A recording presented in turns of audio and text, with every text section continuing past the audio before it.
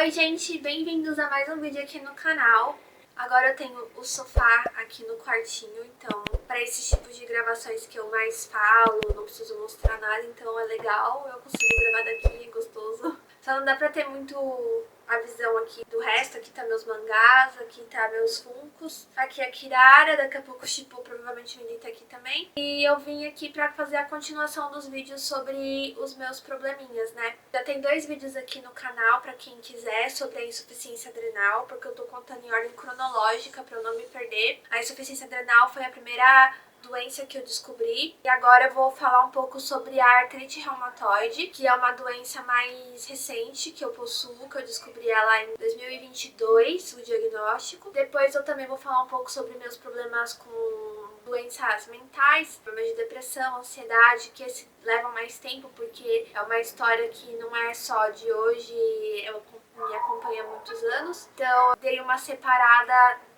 nessas doenças, digamos assim. Eu sei que o que mais me pedem aqui é sobre a artrite reumatoide, né, dessas doenças autoimunes que eu tenho. Também porque insuficiência adrenal é uma doença rara, então pouca gente se relaciona, mas ainda bem eu consegui alcançar bastante pessoas. Ela é uma doença rara e acho que umas 15 pessoas até agora já me procuraram falando que tem a doença, e eu consegui relacionar o paciente com a Associação Addisoniana Brasileira, que ajuda muitos pacientes aqui com a insuficiência adrenal. Muita gente também que se questiona, falando que tem os sintomas, nunca fez os exames e vai procurar fazer para ver se pode ser a causa de algum problema. Então é muito legal isso, eu tô muito feliz que eu tô conseguindo alcançar pessoas, isso me deixa motivada. Vamos lá! A artrite reumatoide, ela é uma doença autoimune, onde o seu sistema imunológico, ele te ataca. Ele cria anticorpos que, em vez de combater bactérias, vírus, um organismo de fora que entre no seu organismo e te ataque para te proteger, ele cria anticorpos que acabam atacando você mesmo. Então podem ser várias doenças, pode ser lúpus, pode ser esclerose múltipla, artrite reumatoide, ela pode se desenvolver em várias formas. No meu caso, ela ataca as minhas articulações. Por isso que eu tenho artrite reumatoide. Ela é uma doença, eles falam que você tem que ter um fator genético, uma predisposição genética para desenvolver a doença, e algum gatilho ambiental vai fazer durante a sua vida ou não você desenvolver a doença. Algumas pessoas podem ter a predisposição genética, morrer e nunca desenvolver a doença, o que não foi meu caso. Não dá para se saber qual que é a causa de cada paciente que a pessoa desenvolve, mas de acordo com coisas que eu já li que podem acontecer, eu fui durante muitos anos fumante passiva, daquelas que eu nunca fumei, mas eu sempre tive convívio com pessoas que fumaram na minha infância. Minha mãe fumou na minha gravidez, meu pai fumava até uma certa época, que naquela época não tinha ainda essa lei que você não pode fumar em ambientes fechados, então vários lugares que eu ia tinha muita gente que fumava, na própria escola, às vezes o professor fumava dentro de sala de aula. Então quando eu era adolescente, eu tive muito problema com asma. Até hoje eu não sei se isso tem alguma relação propriamente dita com essa minha doença autoimune, mas eu sofri muito de asma num certo período da minha vida, que acho que foi de uns 8 anos de idade até uns 20 anos. Era muito forte minhas crises. Eu fui já diagnosticada com insuficiência pulmonar. A médica disse que a asma não tem cura, é uma doença crônica, e provavelmente a minha tá sob controle, porque eu nunca mais tive nenhuma crise, mas ela falou que não que eu esteja curada, ela falou que pode ser que eu morra sem nunca mais ter uma crise, ou daqui um dia eu tenho uma crise, ou daqui um mês. Com o passar dos anos, eu acredito também que esse tabagismo possa ter influenciado, né, porque eles falam que uma das principais causas da pessoa desenvolver artrite reumatoide pode ser o tabagismo, principalmente para quem é fumante passivo, que é pior ainda. Em 2019 eu tive muitos problemas psicológicos que me abalaram de uma maneira muito traumática. Também já vi relatos falando que grandes questões psicológicas, assim, de tristeza, essas coisas podem também ajudar a desenvolver.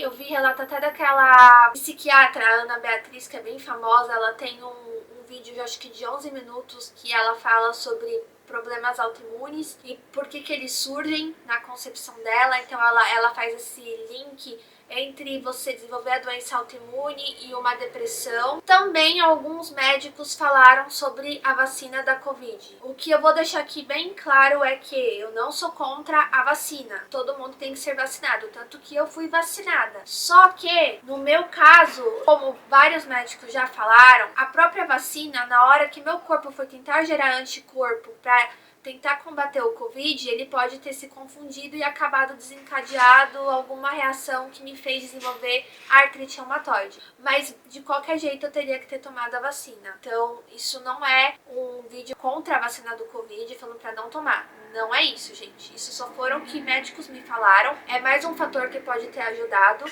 Assim como as vacinas que eu tomei ao longo da minha vida inteira. Qualquer vacina que você toma, pode acontecer isso. Nada é 100% eficaz, nada é 100% certo de que você vai estar protegido e que vai dar tudo certo. Assim como eu já fiz um vídeo sobre a tuberculose, a própria BCG que a gente toma quando criança, ela não é uma vacina 100% eficaz. Ela faz com que você, ao longo da vida, se desenvolva a tuberculose e não tenha os sintomas graves. Assim como a gente fez com a vacina da Covid nesses tempos, né? Pra quem teve a doença não ter os sintomas mais graves. Então, quando foi, acho que final de 2020, começo de 2021, eu comecei a sentir dores no tornozelo. E eu vou deixar aqui claro que eu não sou uma pessoa sedentária, sou uma pessoa ativa. Eu desde 2018 faço academia. Academia é uma coisa assim que é parte da minha vida. Eu me exercito, eu gosto de fazer, principalmente a musculação. A musculação é o principal foco meu na academia. Mas eu também corria, fazia aulas de funcional, faço aulas de jump, às vezes fazia aulas de zumba. Então eu era muito ativa. E eu tava fazendo aula de bateria na época também, que mexe bastante a articulação dos pulsos, dos braços. Sempre fui muito ativa, não tinha uma alimentação ruim, nunca fui de ter uma alimentação ruim. Conforme foi passando essa fase da pandemia, eu comecei a sentir dores no tornozelo. Porque assim, em 2020, tudo fechou. A academia que eu faço, ela é aqui do lado da minha casa. Então a gente fazia lives pra postar aqui mesmo no YouTube, né, para as pessoas fazerem de casa as aulas. Aí, junto com a professora, eu e uma outra amiga, a gente fazia a aula junto com ela, porque como nós somos alunas antigas, a gente sabe de cor as coreografias e tudo mais, então a gente ia lá, mora aqui do lado, e ficava lá. Então eu comecei a ver que eu sentia, passava um tempo, e conforme eu ia pulando, eu começava a sentir uma dor muito intensa no tornozelo, parecia que ele ficava rígido, e eu não conseguia mexer, e era uma dor intensa. Meus pais, eles são pessoas ativas também, eles gostam muito de fazer caminhadas à noite, e mesmo nesse período eles faziam caminhada por aqui. A gente começou a fazer uma caminhada aqui no Paço Municipal, que é perto da onde eu moro, e eu corria. Eu tava numa fase que eu conseguia correr 10 quilômetros tranquilamente em menos de 1 hora. Quando eu comecei a fazer essas caminhadas com meus pais, enquanto eles faziam uma caminhada, eu ia correndo em volta do paço, que lá eles têm uma parte pra você correr, andar mesmo. Eu não aguentava, passava assim 500 metros eu já travava, aí eu parava.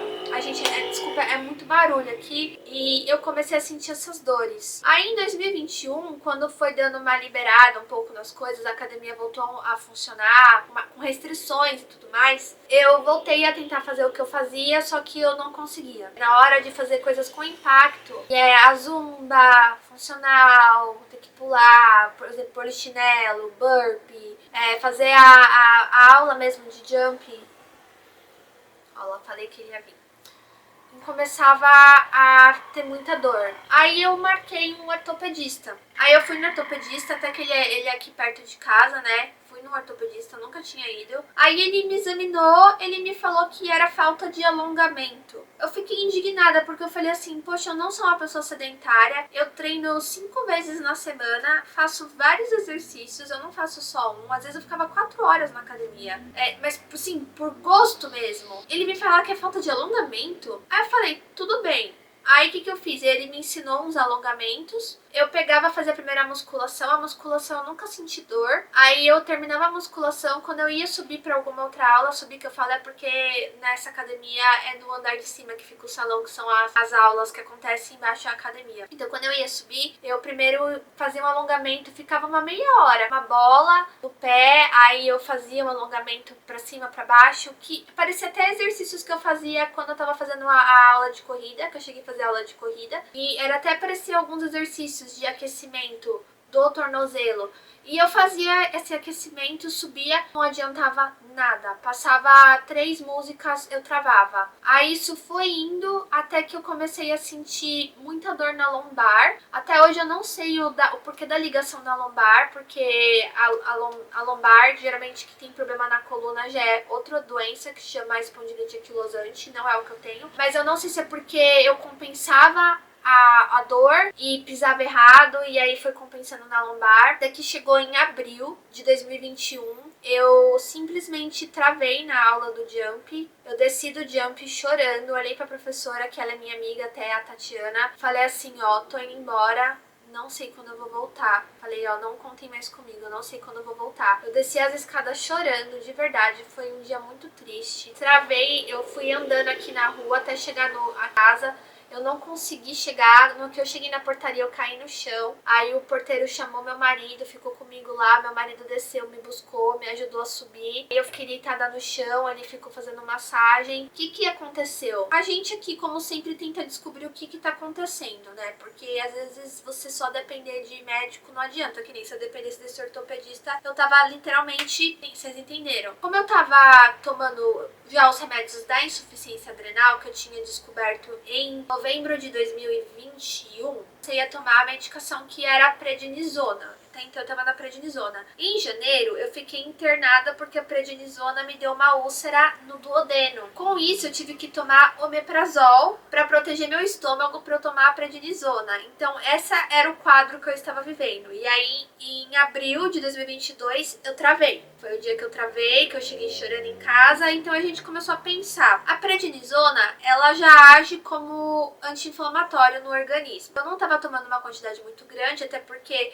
é só para substituir o cortisol que eu não produzo, então eu acho que eu tava tomando 5 miligramas, que não tem um potencial de anti-inflamatório assim tão grande, então realmente para ajudar nas dores não ia estar ajudando. Só que a gente foi ler a bula do omeprazol e na bula dele, nas reações, falam que ele pode dar dores articulares. Então eu comecei a suspeitar, será que é o omeprazol? Porque já aconteceu isso, de eu tomar um remédio e ele me dá reação adversa, que nem eu contei no outro vídeo. Aí eu tenho o contato da minha endocrinologista, que trata a minha insuficiência adrenal. Eu tenho o telefone particular dela, porque como eu tenho essa doença, ela é rara, ela me trata como uma paciente que precisa de mais cuidado. Então ela deixa o telefone comigo caso eu precise de alguma coisa. Então eu mandei mensagem pra ela, eu falei, o nome dela é Priscila. Eu falei, tô com muita dor articular, eu não tô aguentando, será que pode ser do omeprazol? Aí ela virou pra mim e falou assim, olha, eu nunca vi ninguém falar isso, e ela falou pra mim uma coisa que me alertou. Ela falou assim, ó, você já tem uma doença autoimune. A pessoa quando tem uma doença autoimune, pra ter mais de uma doença, a probabilidade é muito alta. Então ela falou assim, eu recomendaria você passar com um reumatologista. E no mesmo dia eu marquei, por sorte tinha consulta pra daqui 2 dias, assim,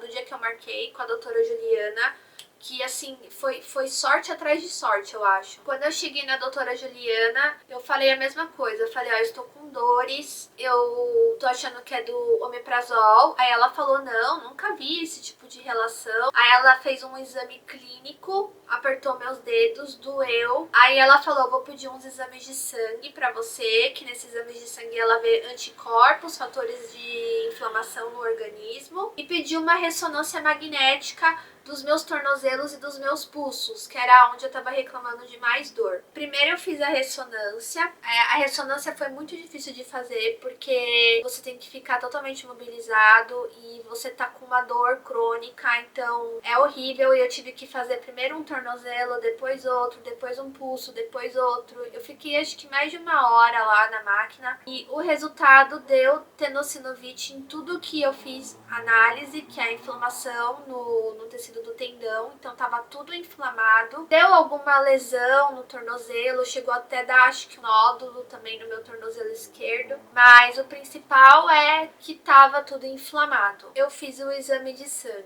O exame de sangue, geralmente eles veem o PCR, que é um fator de inflamação. Se ele tiver elevado é porque teu corpo tá inflamado. O VHS também, que é um fator de inflamação. E os anticorpos. Os anticorpos ela pediu todos, até os que vê lúpus, esclerose, tudo. O meu, ele deu negativo, só que ele deu positivo pro fator reumatoide. Meu fator reumatoide deu atual. Quando eu pesquisei na internet, porque eu já vou e pesquiso, né? O fator reumatoide, apesar dele ser chamado fator reumatoide, você já linkar direto ele com artrite reumatoide, às vezes ele pode dar positivo e a pessoa não ter artrite reumatoide. E conforme todo o meu estado clínico de dor, de dor articular e tudo mais, a probabilidade era essa, sabe? Não tinha muito o que fazer. Então, nesse dia, eu chorei muito. Eu senti como se fosse que eu tivesse em luto. Luto pela perda de uma pessoa. E essa pessoa era eu. Tava, chorando pela minha morte. Eu não morri, mas eu senti como se fosse um luto pela Priscila. Porque quando você pesquisa, já não é mais que nem a insuficiência adrenal. Eu tenho uma doença autoimune, mas que ela tá lá, assim, eu não produzo hormônio, mas eu reponho ele e eu consigo viver normal. Essa não é uma doença assim, ela é uma doença que teu corpo tá te atacando. E ela vem junto na descrição a palavra degenerativa. Então seu corpo tá te matando ali aos poucos, sabe? E é desesperador você ter um diagnóstico desse e ainda muito nova, que nem eu. E quando você pesquisa no Google, tem que tomar muito cuidado. Quando você pesquisa no Google, eles falam que quem tem artrite reumatoide, depois que descobre o diagnóstico, vive mais 15 anos. Isso é mentira, porque hoje tem muito tratamento. Uma pessoa que não faz tratamento realmente pode daqui 15 anos morrer. Mas hoje existe muito tratamento. Então eu voltei na médica, com isso ela deu o diagnóstico, ela falou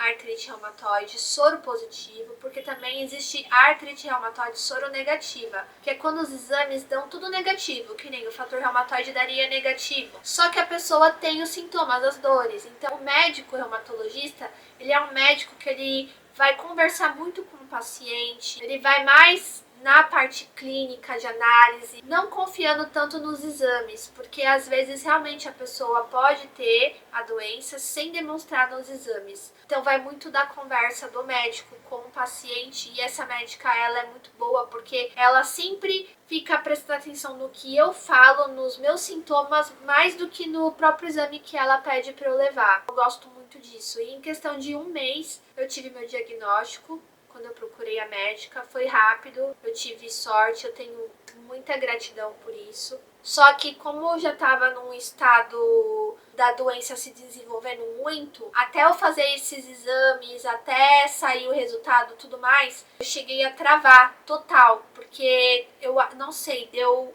um tilt no meu organismo. Todas as minhas articulações pararam. Eu fiquei sem andar, eu ia no médico, eu chegava lá, eu tinha que ir de cadeira de rodas. Na hora de assinar o papel, eu não conseguia assinar, eu não conseguia ter esse movimento. O Gustavo tinha que assinar pra mim toda a parte quando eu chegava na recepção. Meu cabelo eu não conseguia mais lavar, escovar os dentes era difícil. O Gustavo começou a dar banho, eu comprei um banquinho, eu ficava sentada no chuveiro, ele vinha, lavava meu cabelo, escovava meus dentes.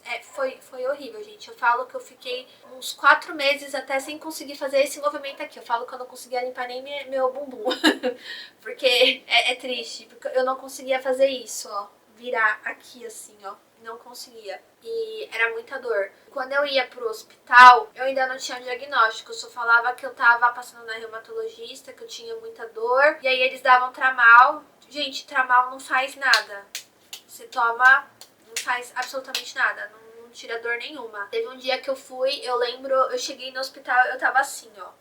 Porque eu não conseguia me mexer. Eu cheguei no consultório chorando porque eu falei pra médica, eu falei, eu não aguento mais. Eu falei, é uma dor insuportável. Aí ela me deu morfina. Foi a primeira vez que eu tomei morfina na vida. A morfina não passou a dor, mas eu tomei uma injeção que foi milagrosa, que é o Diprospan. O Diprospan, ele é um corticoide. O corticoide, ele é um anti-inflamatório, ele ajuda na inflamação. E é o que eu reponho pra minha primeira doença, só que eu tava tomando a prednisona, que tem um potencial de anti-inflamatório menor.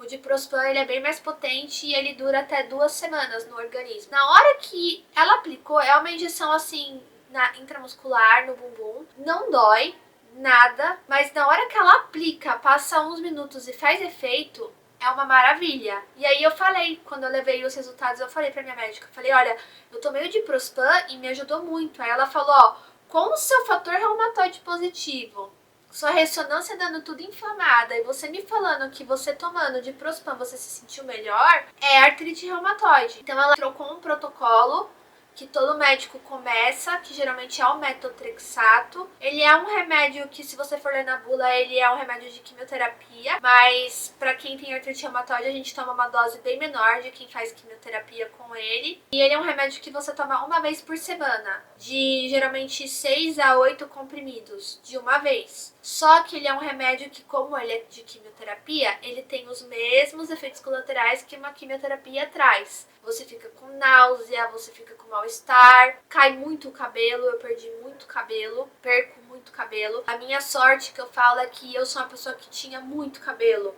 muito. Agora ele é ralinho, mas eu tinha muito, e eu fico sempre com ele preso, porque eu detesto ficar andando pela casa e o cabelo caindo, me dá agonia, e o meu cabelo cai demais. Então eu comecei só a usar cabelo preso, mas ele tá bem ralinho. Eu até falo que se eu tivesse cabelo ralinho, eu nem sei se eu teria mais cabelo hoje. E eu participo de um grupo no Facebook chamado Encontrar Artrite Reumatoide, e muitas pessoas relatam até que rasparam a cabeça. Provavelmente são pessoas que já tinham pouco cabelo, perdeu, aí raspa. E no meu caso, ainda bem, como eu tenho muito cabelo, eu perdi, mas eu ainda tenho um pouco. Então, tô mantendo, mas eu percebo que ele não cresce que nem antes, ele não é a mesma coisa. E aí eu comecei o tratamento com metotrexato. Eu achei que eu ia me dar muito mal, porque geralmente eu tenho muito reação, principalmente com coisas que dão ânsia e tontura. Nos primeiros meses eu fiquei mal, só que a médica fez assim, em vez de eu tomar em um dia, ela deixou eu tomar em 2. Então, por exemplo, toda quinta e toda sexta é o dia que eu tomo metotrexato. Então, na quinta eu tomo um comprimido de manhã, um comprimido à tarde e um comprimido à noite. Na sexta eu tomo um comprimido de manhã, um comprimido à tarde e um comprimido à noite. São 6 comprimidos no total que eu tomo por semana. E no outro dia, que é no sábado, eu tomo ácido fólico, que é recomendado todo mundo tomar metotrexato, tomar ácido fólico, não no mesmo dia do metotrexato, porque senão você acaba com o efeito do metotrexato. Ele serve só para você amenizar os sintomas das reações adversas de ânsia e tontura. Tem gente que passa mal e vai pro metotrexato injetável, eu não precisei chegar nesse nível, tanto porque ataca o estômago ou porque dá muita ânsia.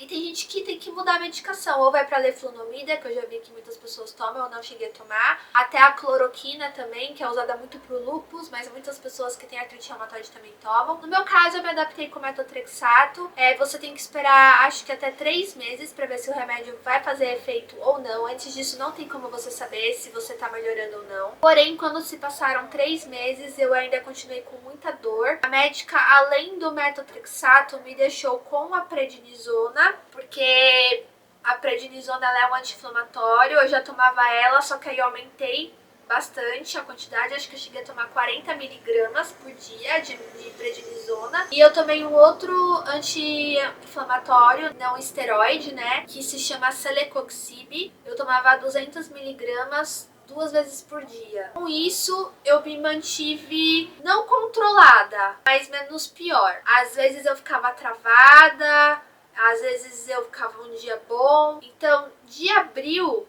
eu fiquei abril, maio, junho, julho, sem existir. E a partir de julho eu comecei a dar uma melhorada e eu voltei a fazer academia. Porque eu falei pra médica, eu falei, eu posso me exercitar? Ela até achou estranho.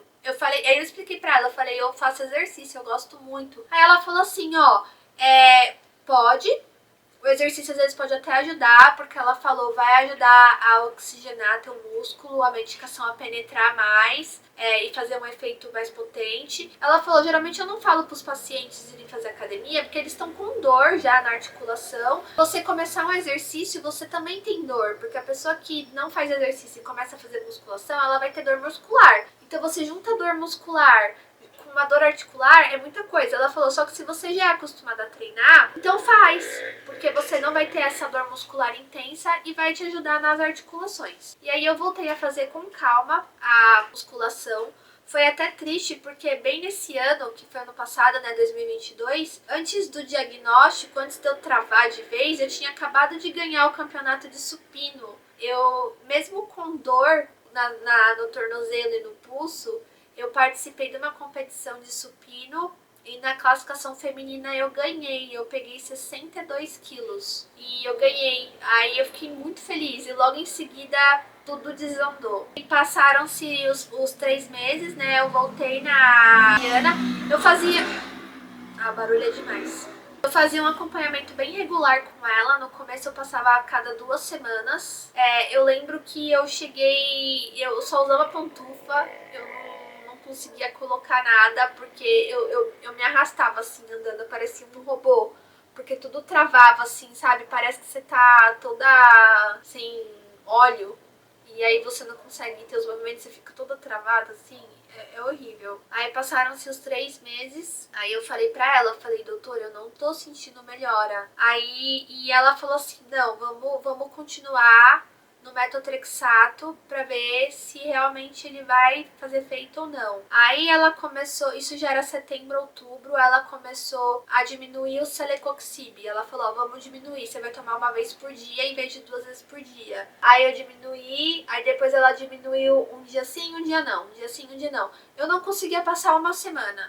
Passava uma semana fazendo isso, eu já travava tudo de volta. Eu não conseguia andar, eu não conseguia me mexer, eu vivia com bolsa térmica, porque analgésico não adianta nessas horas, não adianta. E eu tenho um monte de bolsa térmica, eu comprei até aqueles negócios de cólica que você cola na roupa e fica quente. Aí eu fiz uns paninhos assim pra encaixar no cotovelo, no ombro. Gente, eu senti dor em todas as articulações, todas as minhas articulações foram afetadas, até o quadril.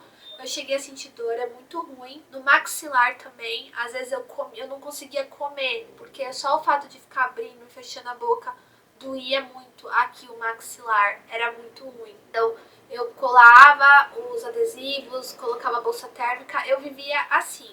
Algumas vezes, se eu tivesse muito travada, eu ia pro hospital ou para uma farmácia para tomar uma injeção de diprospan, porque o diprospan realmente aliviava, mas nada que retirando os anti-inflamatórios eu melhorasse e continuasse com metotrexato. Isso não estava acontecendo. Então a médica falou assim, ó, vou pedir pra você o exame, né? Porque no exame de sangue os meus fatores de inflamação começaram a diminuir. Só que minha dor não sumia. Então, tipo, por isso que eu falo, essa médica, eu gosto muito dela porque ela leva mais em consideração o que o paciente tá sentindo do que o exame tá mostrando. Porque se você olhasse meu exame, você ia falar que eu tava melhorando. Porque meu VHS diminuiu, meu PCR diminuiu, meu fator reumatoide diminuiu, mas eu continuava com dor. E se tirasse os anti-inflamatórios, eu não conseguia existir. Aí ela pegou e falou, vou pedir pra você fazer um ultrassom com Doppler das regiões que eu tava reclamando, que foram a mão inteira, pulso, os dedos, porque eu chegava a ter até aqueles síndrome do dedo de gatilho, sabe? Esqueci o nome, que as pessoas até operam, que o dedo trava assim, ó.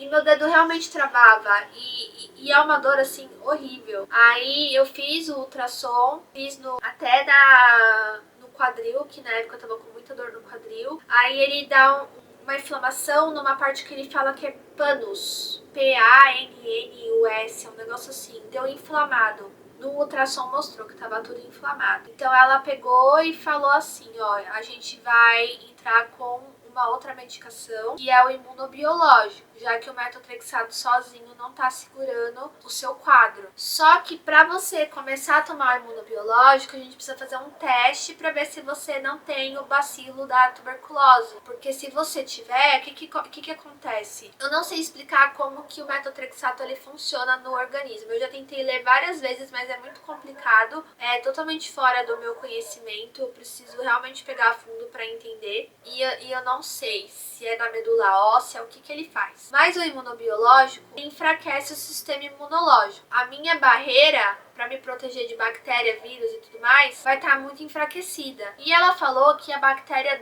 da tuberculose, às vezes a gente tem ela no nosso organismo, mesmo sem ter a tuberculose, mas ela tá quietinha lá porque o nosso sistema imunológico tá protegendo. Ela tá presa, como se ela estivesse numa cadeia. Ela tá lá presa pelo seu sistema imunológico, que ele tá lá assim, ó, braço cruzado, e a bactéria ali atrás, ele não deixa ela passar.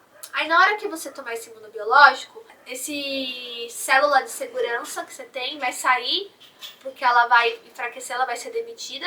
A bactéria que tá presa vai ficar livre e vai poder fazer o que ela quiser. Então ela pode desenvolver a tuberculose, você não vai ter um sistema para te proteger e você pode ir a óbito, porque você vai ter que tomar antibiótico e vai ter que depender do antibiótico, porque seu organismo não vai estar ali para te ajudar. Você tem que fazer um exame, ela me passou primeiro um exame clínico, de análise clínica, exame de sangue, né, que chama IGRA. E aí eu realizei esse exame e ele deu indeterminado. Pra mim tudo tem que ser surpresa. Ele não deu nem positivo nem negativo, ele deu indeterminado. Primeiro que ele veio sem valor.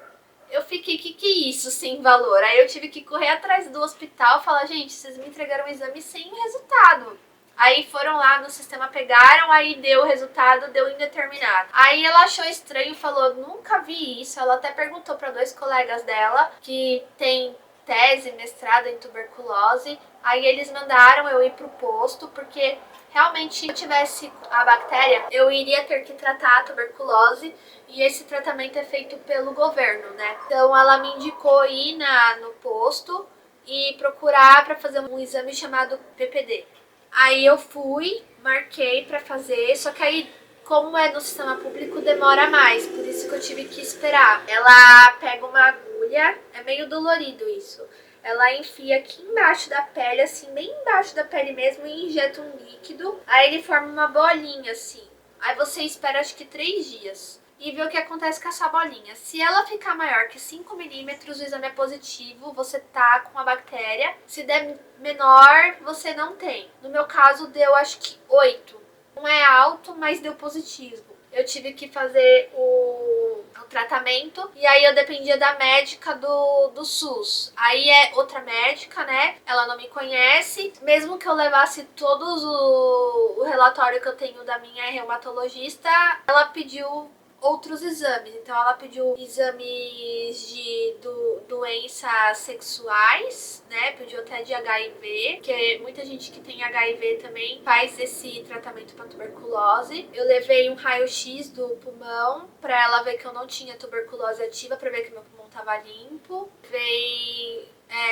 Acho que mais alguns exames de sangue que ela pediu, e aí ela conversou comigo, falou que geralmente cada lugar tem um tipo de tratamento, ou você pode ter 9 meses de tratamento, o meu foram de 3 meses, que é o mais rápido. É mais rápido, só que a quantidade de remédio é maior, que você toma em menor tempo. Então, tipo, pode ser ruim pra quando você tem problemas gástricos já, ainda mais que você vai tomar antibiótico. Eu tomei 2 antibióticos diferentes, eu ia toda segunda-feira lá e tomava na frente das meninas 9 comprimidos de antibiótico. Elas até me falaram que em alguns casos elas deixavam o paciente levar para casa o remédio, só que ele tinha que gravar e mostrar que tá tomando. Então é muito controlado, porque eles têm que ter certeza que você tá tomando e que você não vai abandonar o tratamento, porque é uma bactéria muito resistente, então o tratamento ele é forte, ele é longo, para você ter certeza que você tá eliminando ele do seu organismo. Eu fiz esse tratamento, durou os 3 meses mesmo. Eu comecei em janeiro e depois de